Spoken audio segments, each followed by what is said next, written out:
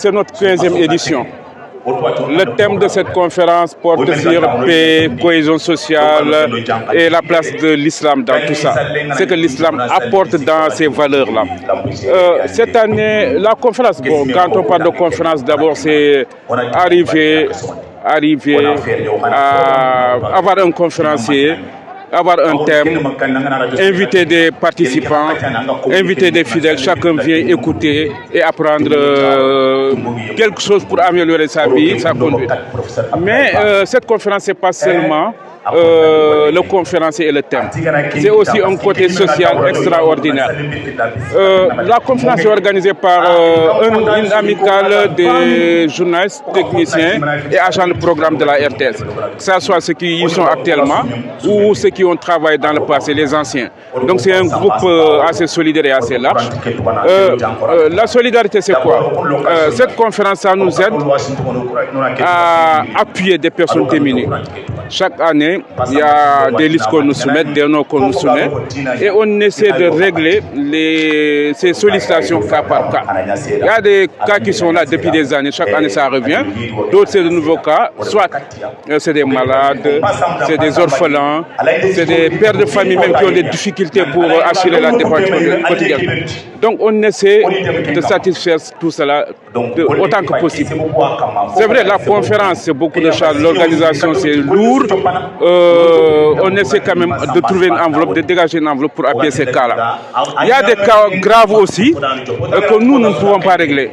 Mais Dieu a fait que nous avons des connaissances, des personnes vraiment formidables qui arrivent à régler des cas très délicats dans la plus grande discrétion, avec beaucoup de volonté, beaucoup de générosité. Donc on a des cas vraiment parfois désespérés, mais ces personnes soutiennent dans l'ombre, arrivent à les régler dans une grande discrédité. Donc c'est ça le sens de la conférence.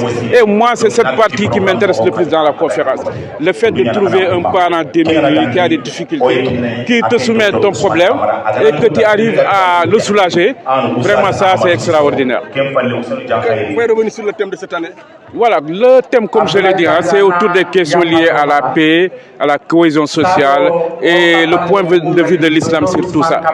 Donc, nous avons compris qu'aujourd'hui, avec beaucoup de phénomènes, la désinformation, l'éclatement, même sinon l'éclatement des familles, aujourd'hui, il n'y a plus cette solidarité que nous connaissions avant. Si tu vas dans les maisons, tu verras des frères et des sœurs qui ne se parlent plus, qui ne s'entendent pas. Tu vas entre deux voisins qui ne se parlent pas. Donc, il y a énormément de difficultés dans les villages, dans les quartiers, dans le pays même, c'est la division partout. Donc, on s'est dit, est-ce que le Sénégal, par exemple, peut continuer comme ça? Ce n'est pas possible. Il faudrait, pour qu'on aspire au développement, à la cohésion, il faut que les gens s'entendent sur l'essentiel. Et c'est pourquoi on a jugé ce thème nécessaire, important. On l'a soumis à nos conférenciers pour qu'ils nous amènent aussi le point de vue de l'islam. Et je pense que ceux qui ont écouté, ils comprennent le soninké. Ils ont compris qu'il n'y a pas mieux pour le développement durable que la paix, que la cohésion sociale. Donc, on a essayé d'écouter le conférencier qui a développé cela sur beaucoup d'aspects, en partant du temps du prophète Mohammed, paix et salut sur lui, en venant aujourd'hui, comment nos pays étaient dirigés, et aujourd'hui, qu'est-ce qu'on vit dans nos différents pays. Et si tu prends aujourd'hui les nouvelles autorités, ils ont la volonté de transformer les choses, de changer les choses, d'amener le Sénégal à un Sénégal équitable, un Sénégal où chaque Sénégalais se sente concerné. Mais pour cela, il faut des préalables. Parmi ces préalables, c'est d'abord installer la cohésion sociale. Cette cohésion aussi, on ne peut pas l'avoir sans la paix de cœur, sans l'implication de tous les Sénégalais. Donc, ce qu'ils ont mis en avant, c'est surtout le dialogue entre non seulement les citoyens, le dialogue interreligieux, le dialogue entre les voisins, le dialogue dans nos maisons. Donc il faudrait qu'on arrive à mettre tout cela en valeur, qu'on puisse implanter tout, sinon revivifier toutes ces valeurs pour qu'on puisse être dans la cohésion. Et des fois, une fois qu'on est en cohésion, tout devient facile et tout le monde y trouve son compte.